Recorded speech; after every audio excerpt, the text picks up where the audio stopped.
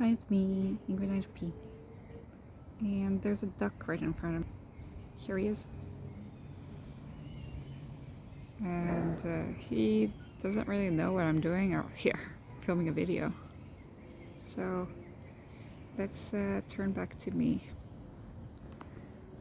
There was this lady who was just like talking, and I was like, did you have to choose to be talking loudly on the phone right in front of you? Right in front of me? Anyway, I think that my medication makes me very sensory. It like dulled the sensory stuff, so now I have extra sensitivities to sound, and it hurts my ears to listen to the birds quack, or especially the seagulls. They just make so much noise, and also the noise in the library, the noise of the cars, everything like that. So I'm thinking that I need to get noise cancelling headphones or earplugs. I realized that it's hard for me to participate in the regular world, and that it's not because of social anxiety or depression. It's because my brain is wired differently, and so I cannot, my senses are different and my social interaction is different, and so I need to accommodate to myself, and sometimes that means not going to parties. At first I was not going to parties because, well, I was anxious of being judged by other people, but also parties weren't enjoyable for me. I mean, sometimes they were, but they had to be this specific, I had to do these specific things at parties, like being on my own or with like my best friend or something like that. And I couldn't go to any kind of party, There are certain kinds of parties that are better than others. And I can go to other kinds of parties that are not the ones that are suited for me, but I have to be in like a good mood, because those parties will stop, like, it will lead to like a week of being extra tired and not being able to socialize, Oh wow, my duck has brought a companion. Let's see. There they are. I don't know if he wants to show me his friend. I don't know. Let's go back here. Anyway, I really like Monotropism's song about it being okay to film ducks, because that has validated my experience quite a lot. Oh no, are the ducks going underneath the picnic tables? Maybe he thinks that I'm going to feed him. I don't know. Okay, I think that they're planning on going underneath the picnic tables, but I'm blocking them for some reason. So yeah, interesting, I guess. So it's kind of like I want to be part of the world, but at the same time I cannot really be part of the world because I don't feel comfortable in the world, because the sensory sensitivities. Oh, the ducks are coming.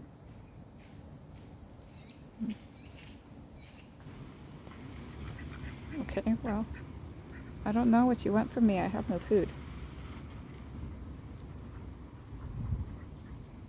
Okay, I guess that they got the message. I'm not sure. Anyway, the lady who was being really annoying, she finally left with her car, so I'm alone here. That's great. The duck is still staring at me behind me, so... Oh no. Hello. Go on about your way. I don't know, I think that they're going to root into the trash cans now. Oh,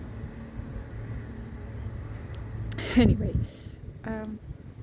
so I know that it's good for depression and for social anxiety to get out and to do things in the world, and it's important for us to feel like we're part of a community and such, but people are not going to be understanding, you know? Oh, there's a seagull on top of that lamp as well. And I mean, I'm an introvert and I'm possibly autistic, so it's like, but I know that it's important for me to go out to do things and to put myself out there, so to speak. But at the same time, I'm not going to be feeling as good about putting myself out there as an extrovert would, you know? An extrovert who isn't autistic, who happens to have depression, yes, they'll be helped by the advice of going and seeing their friends and not self-isolating. But in order for me not to be 100% dysregulated, I need to be able to be in my home and be comfortable and self-isolate a little bit. And it's a hard balance to keep because it's like, I need to be able to go out and do new things and meet new people and have some stimulation and connection to others. At the same time, it's not as obviously helpful of an advice. It depends on the person, you know? And for me, it's like, I need to be able to be alone sometimes. Quite a lot of the time, actually. And I don't need to go to certain parties. There are certain parties that, like, okay, I can deal with, and that they will give me something, but some won't. Oh shoot, there's a terrible seagull. Let's see. He acts like he owns the place. Maybe you do, I don't know. Please leave my benches.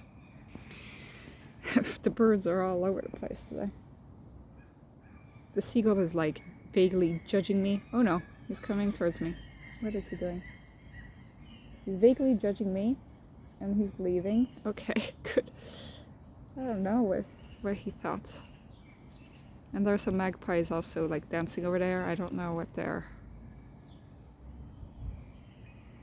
At least they're pretty calm compared to the seagulls. I do not like seagulls. Anyway, like I get distracted by things, and I watched a video about monotropism, which is something that autistic and ADHD people have. It's more understandable in autism because monotropism means that your focus lies on a single thing at a time, and that means that, like, it's a theory, right? It's not a diagnostic for autism or ADHD, but a neurotypical person, a person who is polytropic, sees everything and is able to like concentrate and focus on different things and be able to shift from one thing to another pretty quickly, and they have the control over their attention and focus. But an autistic person will zone in on a special interest or on a certain object or person, and they will zone in and be totally absorbed by that one thing. And then that's why there's a repetition of stuff, repetitive movements and stuff. It's kind of like you get into the zone by going in on the specific tunnel vision kind of thing. That's why a lot of autistic have black and white thinking. It's being compared to a laser beam rather than like a ceiling light, you know, a ceiling light that is very wide. instead it's laser, but the laser can move, you know, it can shift. So there is you can have a wide range of focus, but only one thing at a time. And the same thing goes for ADHD. It's less intuitive leap, perhaps, I guess, that ADHD would be able to hyper-focus on certain things, but hyper-focus is a part of ADHD. ADHD is not attention. The name is misleading because it's attention deficit hyperactivity disorder, and there's a word deficit meaning lack of attention, but actually ADHD is about lack of control of attention, lack of like a difference in attention. A person with ADHD can focus very intensely on a certain thing, but it's maybe like the wrong thing to be paying attention to at that moment in that context. There is lack of it's not how neurotypicals see things.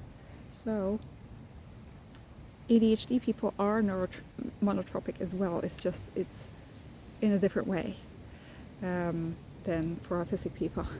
And people who have autism and ADHD, they are we're kind of like, in some ways autism and ADHD are like a completely different ends of, they seem very contradictory, but they are possibly because of the same thing, because of a difference in focus, how our brains are wired. So a neurotypical brain will have the attention like everybody else. A neurodivergent brain will have focus in a different way. And when I'm talking about neurodivergent, I'm just focusing on ADHD and autism because I haven't seen any videos about other kinds of neurodivergencies and the monotropism theory. But the fact is, so your attention is different. You might focus on different things than a neurotypical person. You might focus in a different way than other people. You might focus for shorter or longer periods of time. There are all sorts of variations, but this can show up, in my mind, monotropism would like characterize itself in two different manners. So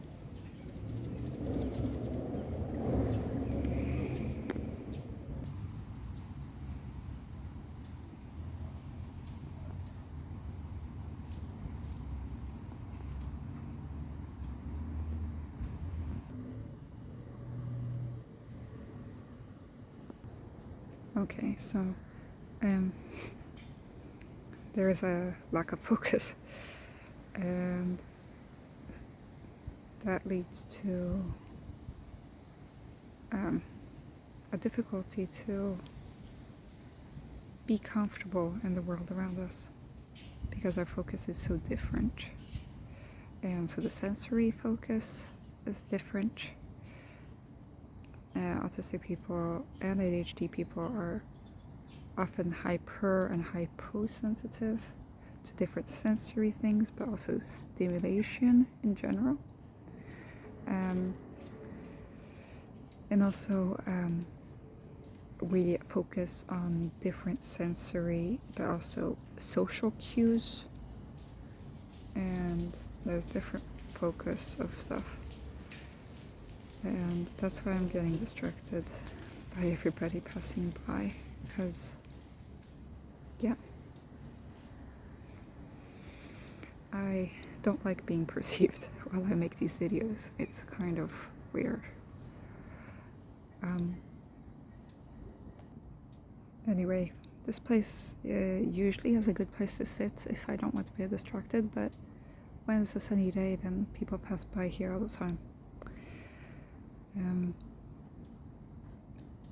So I'll probably end this video soon, but when I meant the link between focus and needing to be alone and not being really connected to the rest of the world is because of sensory sensitivities, you know. The focus is different, and I can't think. I hone in on a certain sound and I'm like, oh no, this is the sound of a motorcycle right now. I cannot think of anything else but the sound of that motorcycle. And like I can't formulate another sentence until that motorcycle is gone. And my brain attaches itself to that sort of thing. And imagine being at a party where there's like 10,000 different things at the same time going on. And so I might go and focus on like, my best friend that I went to the party with, and what they are saying and how they are acting during the party, which might be pretty clingy of me. Or I might focus on somebody's pet at the party and just being with that pet throughout the party. Or just on the music, but then it's like I can't talk to anybody during the party. I was thinking of older INFP insights and her grandson, who is probably an INFP, and she said that he was basically watching the TV throughout the entire party. That is kind of me. And it's not just social anxiety, it's also like literally the awkwardness of just being around there. And if I'm going to socialize, it's like I need to fight my way through to be able to socialize. Or like have a social crutch. Because it's difficult to socialize when you have such a different kind of focus from other people, different interests from other people, different way of talking from other people. And you can't talk to people while there is a lot of sounds around. And like here I'm sitting like outside of the library and there are people sometimes coming, and then there's sounds and ducks and there's lots, so it's hard keeping focus on a certain topic. Okay, sorry, I had to pause the video. Whenever there's somebody that passes by, it just interrupts the flow of thinking. And I don't think that it's all social anxiety, you know? It's also the fact that my thoughts do not go as well. They stop whenever there's something else coming by, you know? And it's hard for me to deal with that kind of stuff. So yeah, I don't know if other INFPs can relate. I do think that we are introverts, and we do get overwhelmed by having to deal with a lot of people at the same time, so parties are not usually our thing. Except for certain kinds of parties. I like parties that are pretty subdued, that have like a lot of introverts in them, or people who are familiar to me, and maybe there's a new person, but not like that one time that I went to my younger ENFJ friends party and there were like 40 people or something, and yeah, that was a lot. I need a certain kind of party, and also we are intuitive, and so like I think that we are pretty awkward around the world, and maybe we need some kind of separation there, and we'd rather think abstractly about stuff once we've come home or when we're in a deep conversation with a person, rather than like, I also like the any going with the flow kind of thing. If I find like a good conversational partner and or a small group, then it's quite fun. But it's not always easy to find that conversational partner. And we're feelers, so we do like talking about people and thinking about, you know, what this party is making me feel, and the vibes of the other people and all that. But it does drain me, to be around so many people. And so sometimes it's okay to just,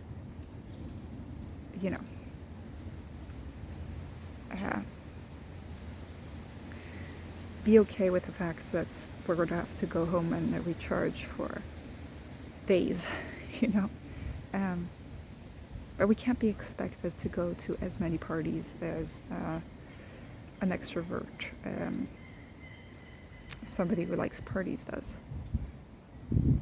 And I don't think that going to a party is necessarily a good exposure therapy kind of thing. Because it's not just about the exposure to a certain judgment of a person or something. It's way more than that. And you can't CBT away your sensory sensitivities or your or not being able to get along with somebody at the party. You won't know what's going to happen when you go to a party.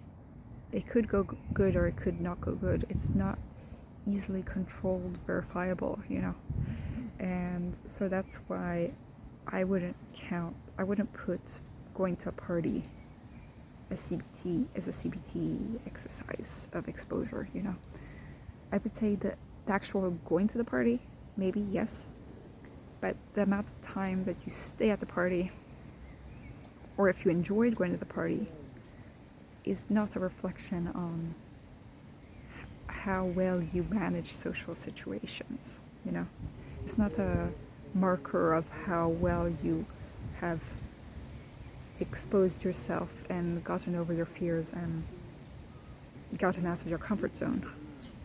It's more... Okay, there are people talking. I am proud of you for going to that party and for managing, but you cannot know if you're going to have fun at the party or not before you go, especially as an introverted, intuitive, and as an empathetic person. You'd think that as a perceiving type we would manage better at parties than judger types, I guess, but that's not really the case. We're perceivers in another way than like SPs are, or like extroverted perceivers are, like ENFPs or something. We're still introverted and intuitive first and foremost. And yes, we like being spontaneous, going with the flow, but it's difficult, you need to have... there is a certain need to be kind of in a comfort zone. You can't just always go out of your comfort zone all the time. A lot of extroverts, the neurotypicals, sensors, judgers will say, but like, if you just like plan it out and go to the party, then things will be fine and you'll like open up and all that. If you go and do these things with practice, you'll get better at them, and then you'll it won't feel as bad. It's like, no. Sometimes I just need to be sitting on my couch and thinking for days on end, and that's the way that I am comfortable, yes, but being comfortable is important, It's important for my quality of life. I cannot imagine if you were backpacking throughout your entire life. Some people would find it exciting, but imagine you're going backpacking and you did not choose to go backpacking. You're basically homeless, and you did not prepare for a trip like that, and so you're basically out there in the open against the elements and always perpetually uncomfortable. You would need to go to a hostel that has some comfort elements in order to survive that time. And also, hopefully that time would be short. But if you're neurodivergent, this is your whole life. Especially if you're autistic and you have a lot of sensory sensitivities. This is your whole life. You are perpetually uncomfortable. So working towards becoming more comfortable is not autistic people or introverts or intuitives being resistant to change or not wanting to grow or being lazy or just not doing good in life. It's us trying to take care of ourselves. It's a life-preserving strategy. You have to be comfortable sometimes, and actually most of your time. That doesn't mean that you shouldn't try to work on growing, but you need to do that a small percentage of the time and be comfortable most of the time, in order to feel grounded and regulated.